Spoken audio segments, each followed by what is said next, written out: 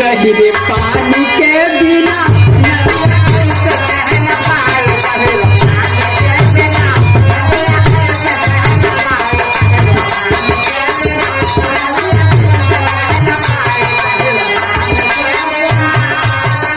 सबसे बड़ा सिंगार है नारी का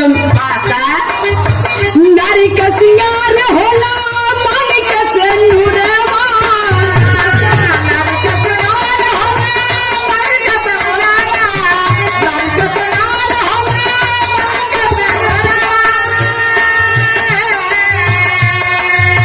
देखी के सिंगरवा उठे वेली ऊपरिया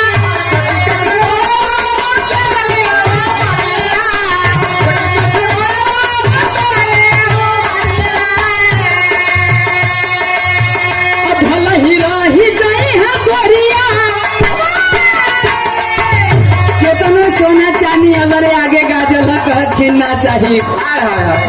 अब भला ही राही गई है गोरिया सोना चांदी के बिना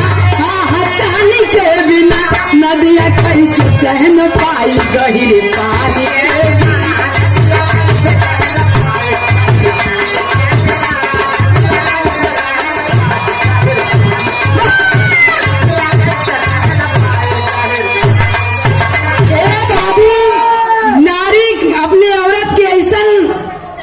राजा जी ढकेलन की कुछ दूर जाके गिरलिन। अब हमके संसार बना रहे थे जाके जंगल में हम तप करके जी ले अब हमके ज्ञान प्राप्त करे थे। ए बाबू मन में समा गए कि राम नाम के तप करे के है हाई देख ले भैल का भैया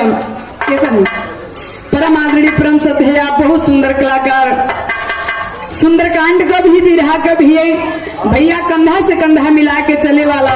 खाली चंदू भैया जिंदगी में खाली कांडे कर रहे चंद्र कुमार प्रजापति आप भैया की ओर से 51 रुपया का बलान बार बार नमस्कार बा आशीर्वाद के चाहबा। ए बाबू जब चल देहा तो भैल का